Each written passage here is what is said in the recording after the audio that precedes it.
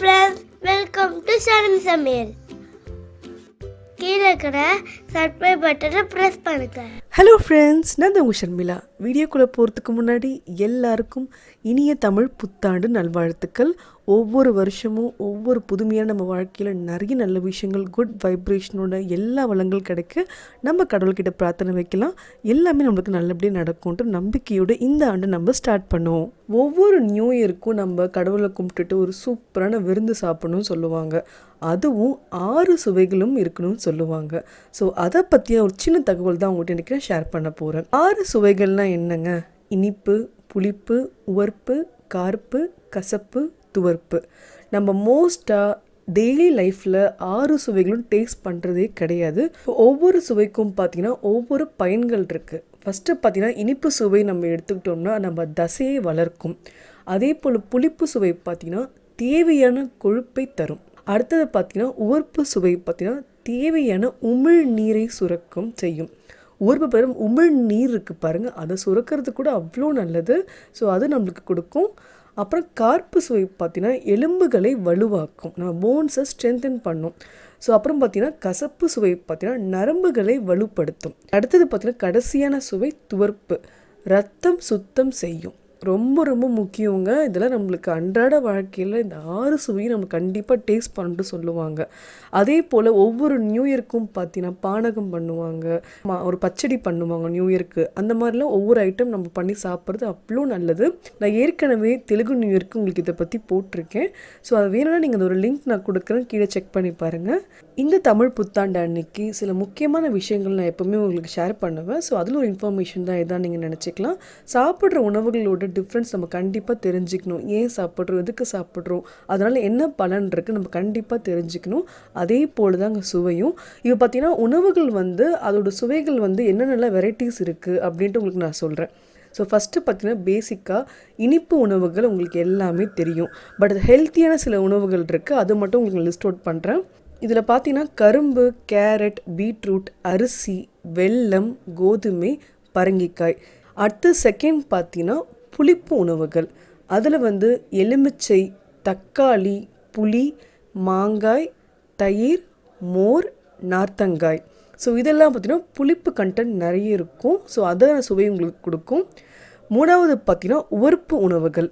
அதில் வாழைத்தண்டு, பூசணி, முள்ளங்கி, சுரக்காய், பீர்க்கங்காய்.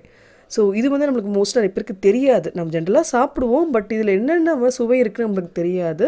இது உவர்ப்பு சுவை அப்படின்னு சொல்லுவாங்க. ஸோ இந்த கண்டென்ட் எல்லாம் இந்த காய்கறியில் இருக்குது, நீங்கள் கண்டிப்பாக அதை சாப்பிடணும். அடுத்தது நாலாவது பார்த்திங்கன்னா கார்ப்பு உணவுகள். அது மிளகு, கடுகு, மஞ்சள், மிளகாய், வெங்காயம், பூண்டு. ஸோ இது பேசிக்காக நம்ம குக்கிங்கில் இருக்கும். ஸோ பேசிக்காக நம்ம எல்லாமே சாப்பிட்ருவோம். ஸோ அடுத்தது பார்த்திங்கன்னா 5வது சுவை கசப்பு உணவுகள். இது தாங்க நம்ம மோஸ்ட்டாக எடுத்துக்கிறதே கிடையாது. பட் பேசிக்காக பார்த்தீங்கன்னா கத்திரிக்காய், வெந்தயம் இதெல்லாம் நம்ம எடுத்துப்போம்.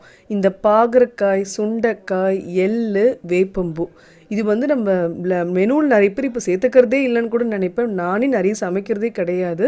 இப்போ இதை பற்றி தெரிஞ்ச பிறகு இனிமேல் நம்மளும் ஸ்டார்ட் பண்ணணுன்ட்டு நான் ஃபாலோ பண்ணுறதுக்கு ட்ரை பண்ண போகிறேன். ஸோ நீங்களும் இதெல்லாம் ட்ரை பண்ணி பாருங்கள். பாகற்காய், சுண்டைக்காய், கத்திரிக்காய், வெந்தயம், எள், வேப்பம்பூ.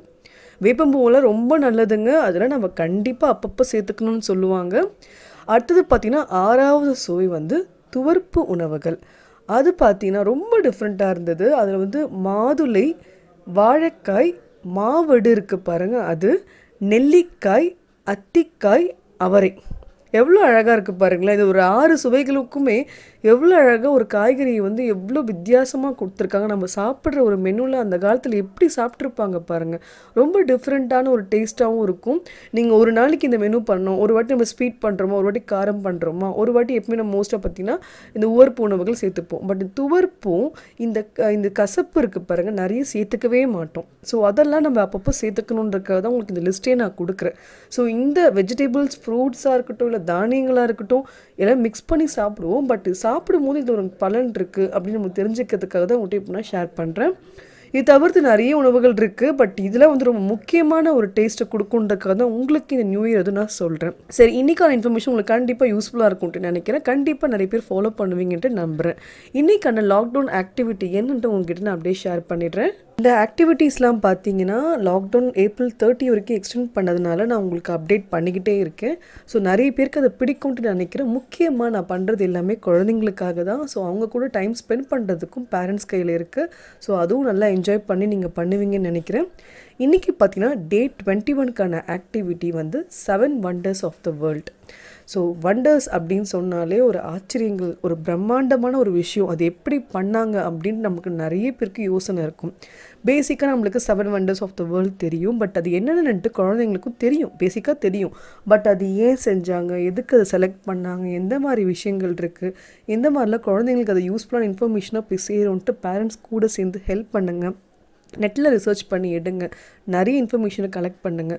இப்போ ஃபார் எக்ஸாம்பிள் ஒரு தாஜ்மஹால் நம்ம இந்தியாவில் இப்போ வரைக்கும் ஒரு வண்டர் ஆஃப் த வேர்ல்டாக இருந்துட்டு வருதுன்னா அது ஏன் ரீசன்? ஷாஜஹான் அதை கட்டினாருன்னு தெரியும், பேசிக்காக நம்மளுக்கு அவ்வளோதான் தெரியும்.